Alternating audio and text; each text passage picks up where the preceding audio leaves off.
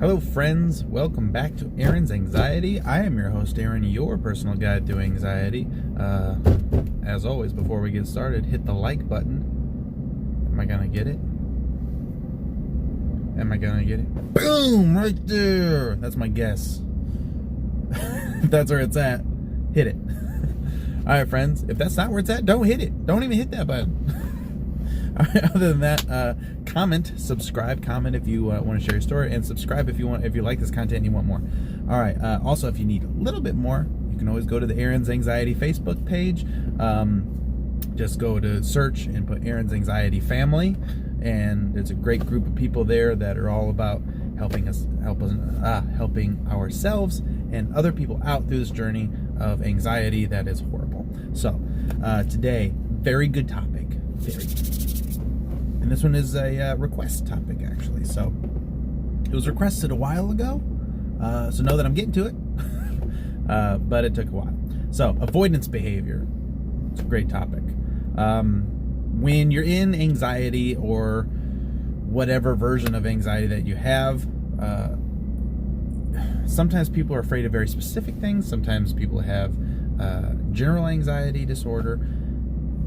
No matter what anxiety disorder that you have, it's important not to develop avoidance behavior. And you can develop it with any of them. So just to give you a little background, for me, what my avoidance behavior was and how I nipped it in the bud quickly. So when I was first in the thicket and I was in having lots of depersonalization, lots of scary thoughts, a lot of dwelling thoughts, and things were bad, I ended up going for a walk one time, and I walked to a local park that was not too, it was like around the corner from me. I sat down on a bench right there, and I couldn't get out of my own head, just thinking, and then all of a sudden, boom, I had a panic attack. I was very, if you guys have had a panic attack before, you know what I'm talking about. I was very disoriented, very confused, looking around, and I knew I needed to get home and get to somewhere safe. So I went to call my wife, and she didn't answer. So I thought, and so I just booked it and ran, right? And I ran home. And I was running, and then I was calming down, telling myself to calm down. It's gonna be okay. It's gonna be okay. It's gonna be okay. It's gonna be okay. I kept telling myself over and over and over. So fast forward to literally the next day. Excuse me.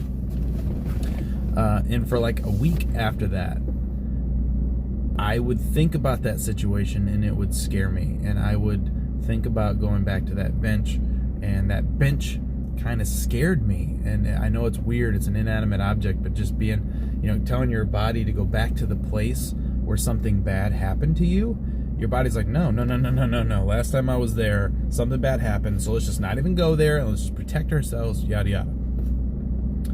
And so I kind of avoided it, and I was like, I don't want to go back over there. It's just a nice park. And so I realized that I was doing that, and I realized that my brain was saying no, I'm throwing up a wall, no. And so I knew that was bad, and so I forced myself to go back, and I didn't take anybody with me. I went back all by myself, and I went back, and I sat on that bench in the exact same spot, and I kind of went over what happened in my head from a cool, neutral standpoint and said, look, this is just a bench.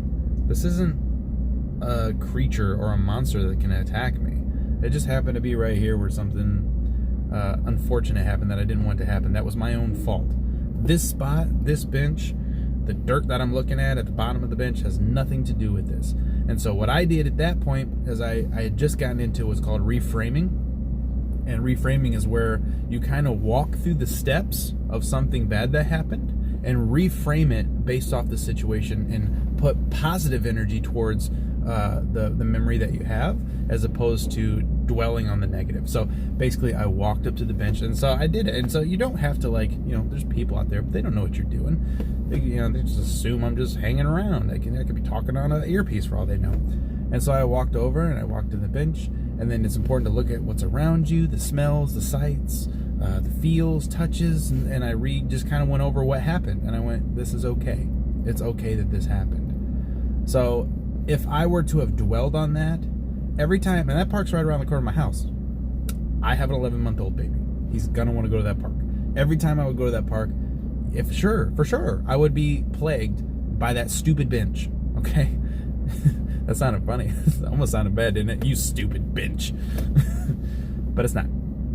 So that being said, that is what you want to do. So if you're having an avoidance behavior, whether it's getting in a car, going to work, putting your shoes on, when it comes to anxiety, there is no crazy thing to avoid. You know what I mean? Literally, people have avoided cheese because they thought it was, deadly. You know what I mean? So there's literally nothing that's outside the realm that I can't believe that you could want to avoid. And here's the crazier part. Some of the avoidances that you might have may be hidden in your subconscious mind, and you have to figure out what they are. And that is tough. So say you're having a panic attack, or you open up a Diet Coke, and then you're drinking a Diet Coke, and then you have this panic attack.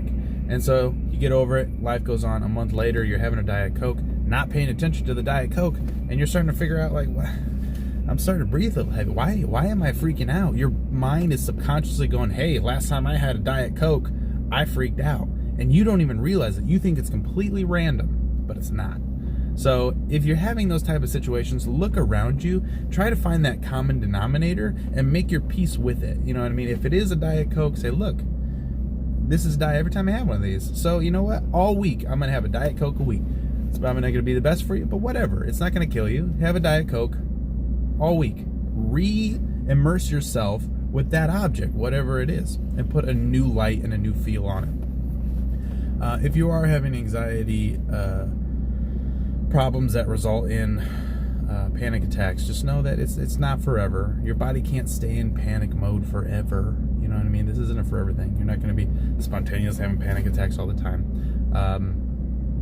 I've seen some pretty bad cases of people having several panic attacks a day, and they felt hopeless, but they got through it. You know what I mean? They got through it. They got on the right medication, or they started doing the right life choices, started reframing their brain, and life went on, and they got back to normal. This is a step. It's a stepping stone of us getting back to where we want to be through our own mind. You know what I mean? And cognitively saying, this is the problem, this is how I fix it. All right, friends, I hope this video is helpful. If it is, hit the like button and also share it. The more you hit the like button, the more it goes through the algorithm and shares it with other people that are having these problems, so they're very beneficial. That's the only reason why I kind of harp on that like button. So, all right, friends, until next time, I hope you guys shed all this anxiety and you get back to a free state in your mind of safety. And other than that, I'm Aaron. You're awesome, and I'll see you in the next video.